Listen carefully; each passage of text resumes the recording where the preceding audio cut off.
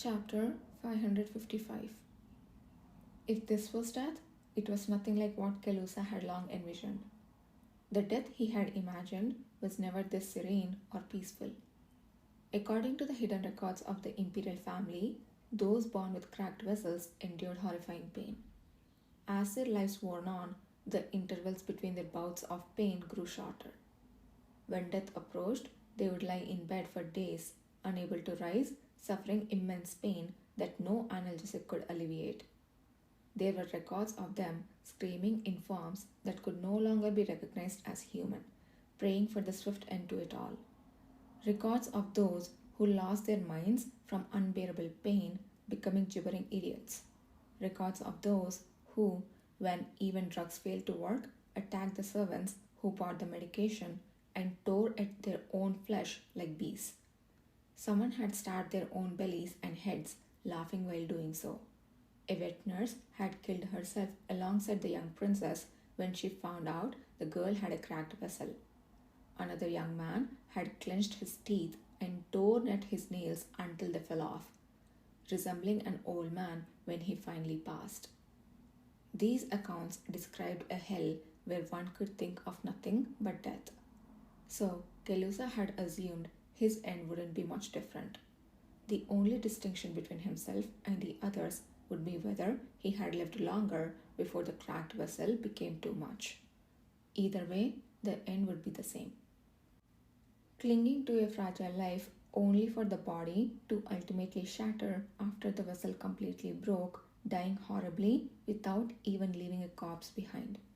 The coffin would be filled with an intricately crafted dummy, and the reason for his death would be erased from history. He would die a failure, achieving nothing by his own hands and leaving behind only pain for those who were dear to him. ... As bitterness welled within him, his mind was instantly filled with thoughts of those precious people. There was the kind younger brother who didn't bear a grudge even though he had taken the position once destined for him. Instead, the younger brother had expressed a wish to walk the same path with him, albeit in different places. The old chief attendant who had stayed by the emperor's side since the previous reign, worrying for an emperor who was still too young and unsure to retire. His parents, who were no longer with him but had taught him to never settle for reality. And a young, headstrong girl he once thought could bear his child and carry on the future of the empire. A certain woman who had shaken his heart like no one else had or would. As he thought of that last person, Keilusa heard a sound like winter winds rustling barren branches. He had known that woman since she was a girl wearing a dress that reflected the color of water, her cheeks flushed like a peach. Oblivious to the fact that he was the crown prince, she had awkwardly smiled while asking for advice on how to gracefully withdraw from the crown prince's candidate test. Because of her smile, a stiff boy who had known nothing beyond books made the choice to hold someone's hand and step out into the world. Through her touch, he realized just how green and expansive this world was. How many flowers could actually bloom in what he had considered a dead imperial palace. How grand the trees were, and how many butterflies, bees, and birds took refuge in them. How each dawn, which he thought was always the same, was actually so new. Through her, he learned of sense and the beauty of things that he had never realized were never the same twice. Realizing that if she were gone, he would lose everything all over again, he clung to her with all his might. For the first time in his life, he had been selfish. He begged, he pleaded, and in the end, she took Keilusa's hand. In Keilusa Laor's life, she was the most beautiful girl. When they sat beside each other, it felt as if all the darkness in the world retreated, melting away. Was this serenity the cost of never seeing her again? The moment that thought crossed his mind, he felt an immense pain erupting from an unknown place. Even within the sanctuary he had longed for, Keilusa realized he wanted to see her face one more time, then to bask in this tranquility. Eyes that twinkle like a calm lake in the sunlight, hair that was the color of ripe autumn wheat, lips that were hesitant around people but could smile more warmly than anyone else, a face resilient as a flower that, despite being wounded and withering many times, blooms again the following year. Ah, where could she be? The last vision of her face was fading. She might have been crying, and he hadn't been there to wipe her tears away.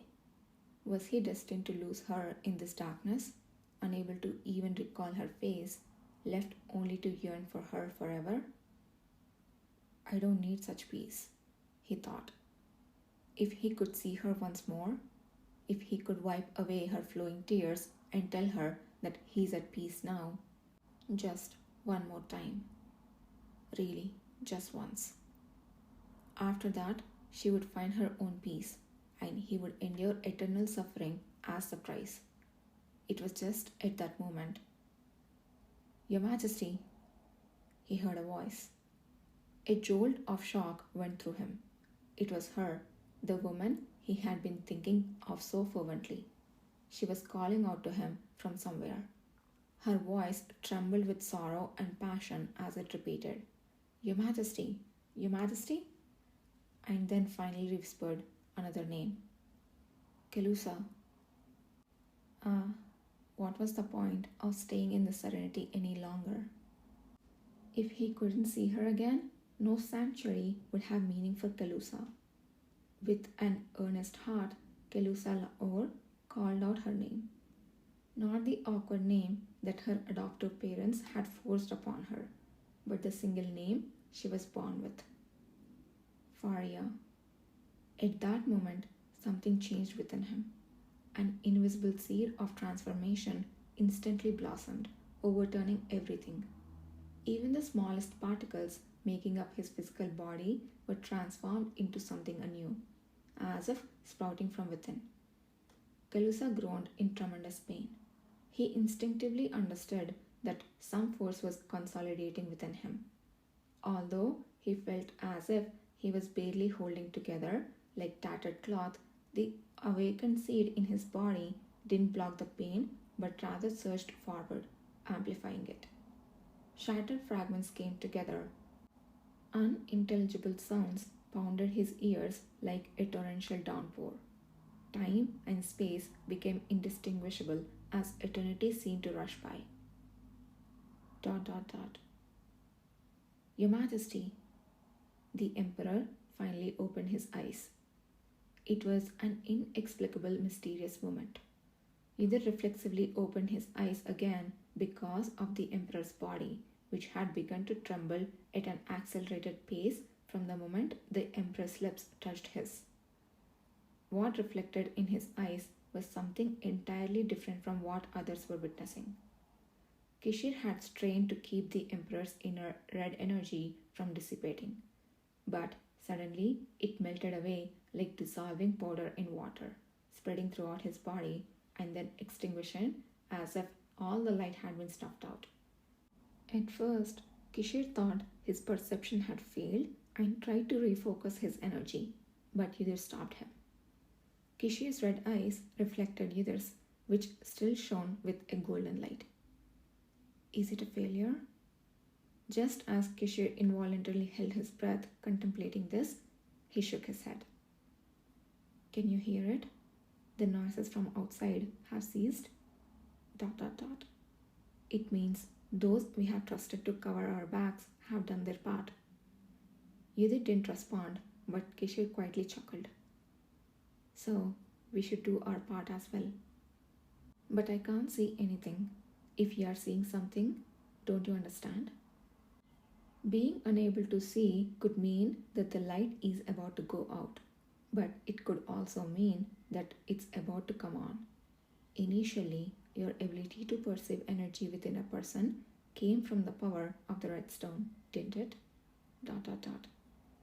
So, doesn't it make sense to think that your sudden inability to see inside His Majesty might also be caused by the red stone? His Majesty is still breathing. He's merely unconscious, which means he's still alive. And if he's still alive, anything is possible. The wheels in Yiddir's tired and anxious mind stopped churning at those words. Finally, Yiddir exhaled peacefully in front of the man, wiping blood off his cheek. And then, at that very moment, Your Majesty, with the Empress's cry, the Emperor's fingertips twitched. As he groaned and took a deep breath, a light began to rise from within his relaxed body. Yiddir couldn't take his eyes off that light. The reconstructed flow of light he saw now was entirely different from before. What is this? Beneath the Emperor's abdomen, a clump of red light appeared that wasn't there before. It was the red energy Kishi had been holding on to.